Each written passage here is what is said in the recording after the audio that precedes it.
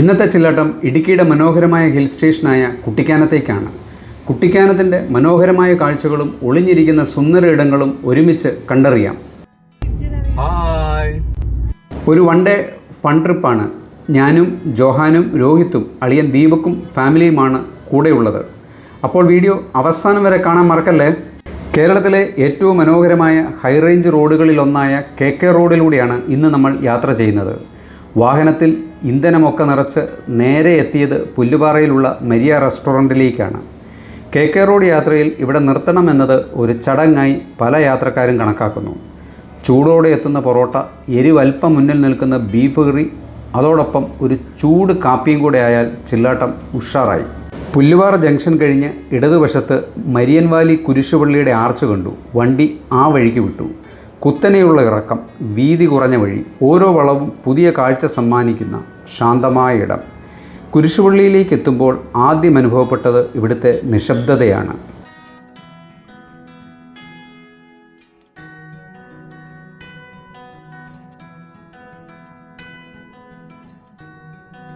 കുരിശുപള്ളിയിൽ നിന്ന് കുറച്ച് താഴേക്കിറങ്ങി മനോഹരമായ ഒരു ചെറിയ വെള്ളച്ചാട്ടവും കണ്ട് വണ്ടി നേരെ KK റോഡിലേക്ക്.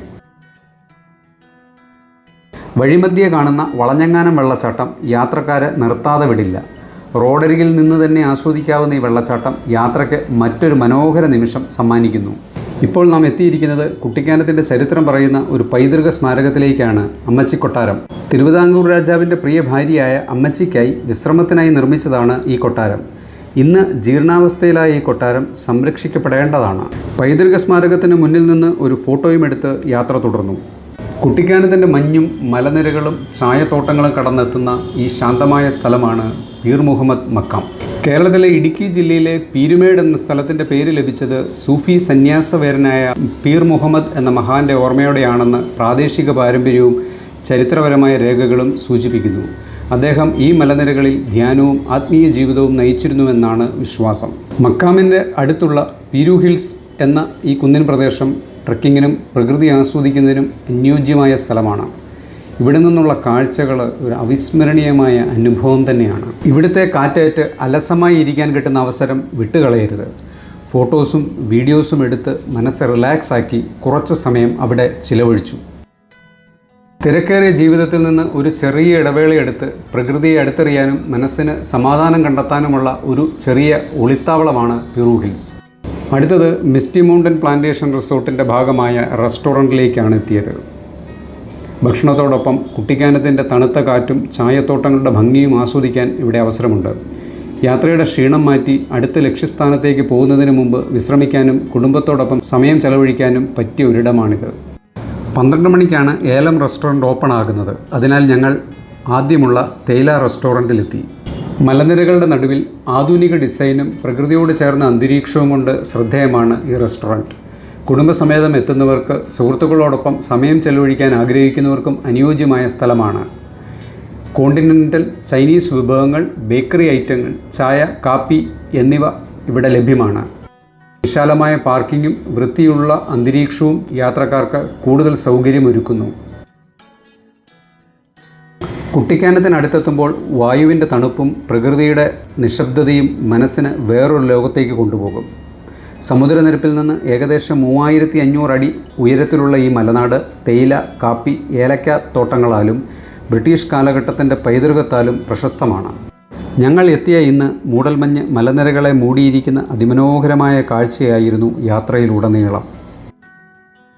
കുട്ടിക്കാനത്തിൻ്റെ മലനിരകളിലൂടെ യാത്ര ചെയ്യുമ്പോൾ വ്യത്യസ്തമായ വിശ്വാസങ്ങളെ ഒരേ വഴിയിൽ കൂട്ടിയിണക്കുന്ന 2 മനോഹരമായ ആത്മീയ കേന്ദ്രങ്ങളാണ് മിറക്കിൾ ക്രോസും ആദിപരാശക്തി ക്ഷേത്രവും.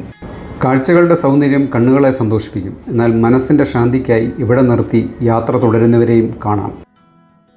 ഇപ്പോൾ നാം എത്തിച്ചേർന്നിരിക്കുന്നത് കുട്ടിക്കാനത്തിന് സമീപമുള്ള പള്ളിക്കുന്നിലെ ചരിത്രമുറങ്ങുന്ന സെൻറ്റ് ജോർജ് CSI പള്ളിയിലേക്കാണ്. പ്രകൃതിയുടെ പച്ചപ്പിൽ പൊതിഞ്ഞു നിൽക്കുന്ന ഈ മനോഹരമായ ദേവാലയം ഒരു ആരാധനാലയം മാത്രമല്ല, കേരളത്തിലെ ബ്രിട്ടീഷ് പ്ലാന്റേഷൻ കാലഘട്ടത്തിൻ്റെ ജീവിച്ചിരിക്കുന്ന ചരിത്ര സാക്ഷ്യം കൂടിയാണ്. ഈ പള്ളിയുടെ ഏറ്റവും വലിയ പ്രത്യേകതയാണ് ഇതിൻ്റെ തൊട്ടടുത്തുള്ള ബ്രിട്ടീഷ് സെമിത്തേരി. ഈ സെമിത്തേരിയിലെ ഏറ്റവും കൗതുകരമായ കാഴ്ചയാണ് ഒരു കുതിരയുടെ ശവകുടീരം.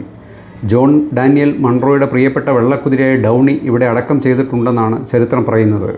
ഇന്ത്യയിൽ തന്നെ വളരെ അപൂർവമായി മാത്രം കാണപ്പെടുന്ന ഇത്തരമൊരു കുതിരയുടെ ശവകുടീരവും ഈ സ്ഥലത്തെ കൂടുതൽ വ്യത്യസ്തമാക്കുന്നു. 1869 ബ്രിട്ടീഷ് മിഷണറിയായിരുന്ന റവറൻ ഹെൻറി ബേക്കർ ജൂനിയറുടെ നേതൃത്വത്തിൽ യൂറോപ്യൻ ഗോത്തിക് ശൈലിയിൽ നിർമ്മിക്കപ്പെട്ട ഈ പള്ളി പിന്നിട്ട് ഞങ്ങൾ എത്തിയത് ഏലപ്പാറ വ്യൂ പോയിന്റിലാണ്. വ്യൂസൊക്കെ ആസ്വദിച്ച് കുറച്ചു നേരം അവിടെ ചിലവഴിച്ചു. നേരെ താഴെ കണ്ട DTPC റെസ്റ്റോറൻറ്റിലെത്തി ഫുഡ് കഴിച്ച് ഞങ്ങൾ ഗ്ലെൻമേരി റോഡിലേക്ക്. കോട്ടയം ക്ലബിനെ പിന്നിലാക്കി ഗ്ലെൻമേരി റോഡിലൂടെ യാത്ര ചെയ്യുമ്പോൾ സോഷ്യൽ മീഡിയയിൽ വൈറലായ ഒരു മനോഹര കഫേയിലേക്ക് നമ്മൾ എത്തുകയാണ്.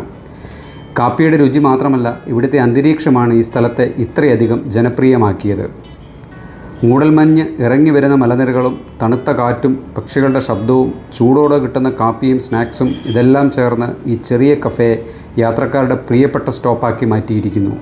ഇടുക്കിയുടെ പച്ച പിടിച്ച തേയിലത്തോട്ടങ്ങൾക്കിടയിൽ പ്രകൃതിയും വിശ്വാസവും മനോഹരമായി ഒന്നിക്കുന്ന ഒരു സ്ഥലമാണ് ഇപ്പോൾ നമ്മൾ എത്തിയിരിക്കുന്നത്, പട്ടുമല വേളാങ്കണ്ണി മാതാ ചർച്ച്. ഈ ദേവാലയത്തിൻ്റെ ഏറ്റവും വലിയ പ്രത്യേകത അതിൻ്റെ വാസ്തുവിദ്യയാണ്. പൂർണ്ണമായും കരിങ്കല്ലിൽ നിർമ്മിച്ച ഗോത്തിക് ശൈലിയിലുള്ള ഈ പള്ളി ഇന്ത്യയിലെ ക്രൈസ്തവ ദേവാലയങ്ങളിൽ ഏറ്റവും വലിയ താഴികക്കുടങ്ങളിൽ ഒന്നിനാൽ ശ്രദ്ധേയമാണ്. പള്ളിയിൽ നിന്ന് ഇറങ്ങിയതിന് ശേഷം കുറച്ച് ആക്ടിവിറ്റീസിനായി ഞങ്ങൾ പോയി.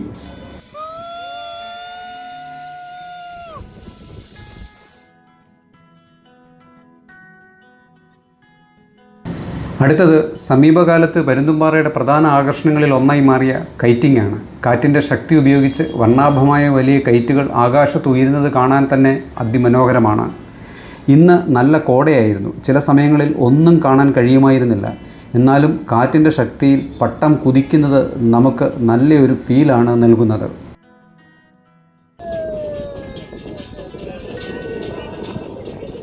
മഞ്ഞും മലനിരകളും ചായത്തോട്ടങ്ങളും ചരിത്രവും ആത്മീയതയും ഒത്തുചേർന്ന ഒരു യാത്രാനുഭവത്തിന് ശേഷം മലയിറക്കം. അപ്പോൾ ഈ വീഡിയോ ഇഷ്ടമായെങ്കിൽ ലൈക്ക് ചെയ്യുക, ചാനൽ സബ്സ്ക്രൈബ് ചെയ്യുക. താങ്ക്